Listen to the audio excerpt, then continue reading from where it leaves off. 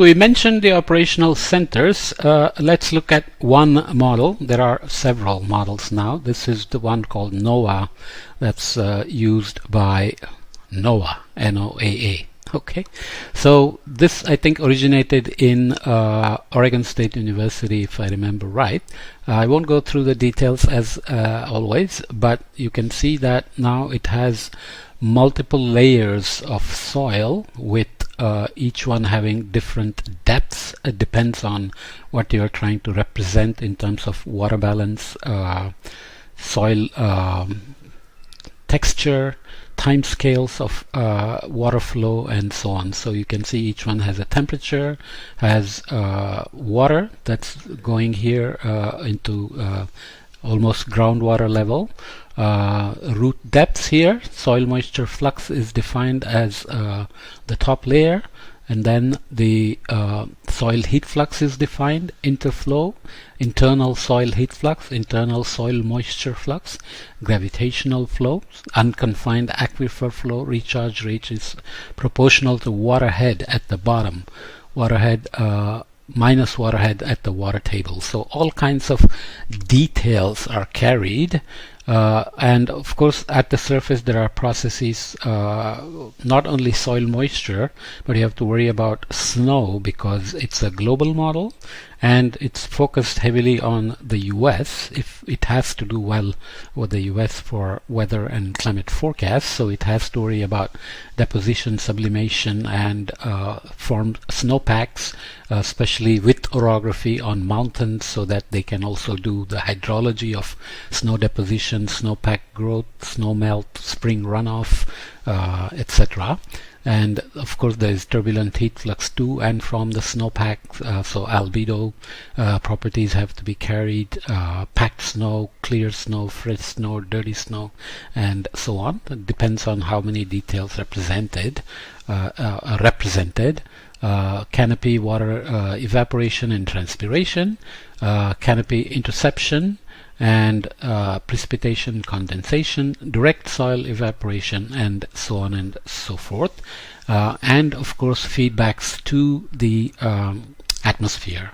So it's pretty clear by now with various sensitivity studies, forecast experiments, process studies, observational field experiments, and so on, and satellite data, multiple sets of satellite data for vegetation, soil moisture, clouds, humidity, and so on, that land surface feedback does affect weather and climate fairly strongly at various time scales. So we will look at some of the coupling processes a little bit later on, which are important for forecasts, because as soon as you say coupling, there is feedbacks and there is potential predictability, and then the question is how much of it is just potential predictability, how much of it can be actually realized by a forecast model. So land data assimilation is now a big community. So here is a land data toolkit that collects things like satellite data, MODIS, IGBP, UMD's AVHRR data, land cover data, Food and Agricultural Organization's soil classification. So this is an example of a network of food security for Africa. So it's divided into East Africa, West Africa, and Southern Africa, and you can see the differences in temperatures, vegetations, land use types, and so on and so forth. So typically, as I said before, when the land surface and hydrological models, there are differences between land surface models and hydrological models, which this chapter doesn't get into. The NOAA model we mentioned and we are looking at here, for example, is a land surface model. There is a hydrology model called SWAT, for example, SWAT, Soil Water Assessment Tool, which is not a land surface model. It carries incredible amount of details of the soils, crops, vegetation, nutrients, carbon, runoff, etc. So the details are very different, even though their origin is somewhat similar and the processes are overlapping. So these are offline models are forced by meteorological boundary conditions, as I said, radiative forcing, precipitation, winds, and so on. So Global Data Assimilation System, MERA is a reanalysis from NASA Goddard. CHIRPS is, I think, a rainfall product, and so on and so forth. And then the Land Information System, output soil moisture, evaporation, runoff, and stream flows. And then there are data delivery done for various users through various these systems, like Earth Science Data, GES Disk, UCSB's EWX, and so on. So evaluation is done, and then there is a loop here which makes sure that the data that is provided is validated and quality controlled and so on before decisions are made. And there are derived products like drought indices, etc. Okay, so this is the land validation toolkit. So that's how data assimilation and predictions are done. Predictability and prediction, maybe I will leave it to the next podcast because it'll get too long if I include it here. So let's do prediction and predictability in the next one. But you get a sense of how there is the land surface model, which is typically designed for being coupled into a climate model or a system model or even a weather model.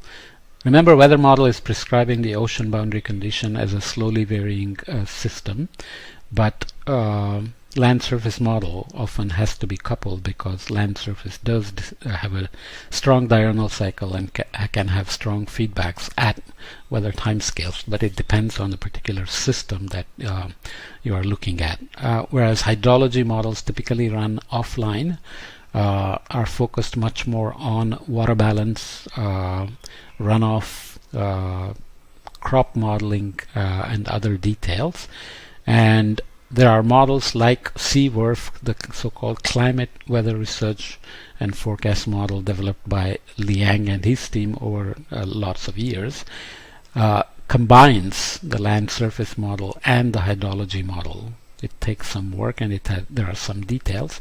So we will not go into those, but we will come back and look at some issues of predictions and predictability.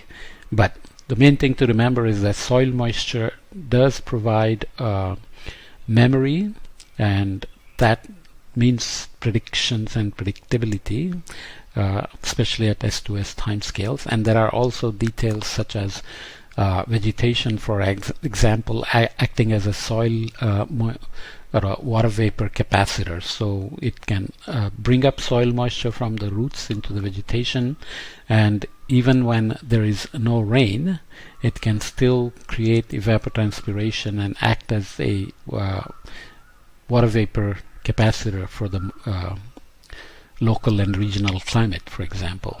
Okay, especially, for example, at the active break period timescales of the Indian monsoon, which is a typical S2S timescale. So if those processes are critical for predicting at extended range, then one has to worry about coupling appropriate land surface processes as well. Okay.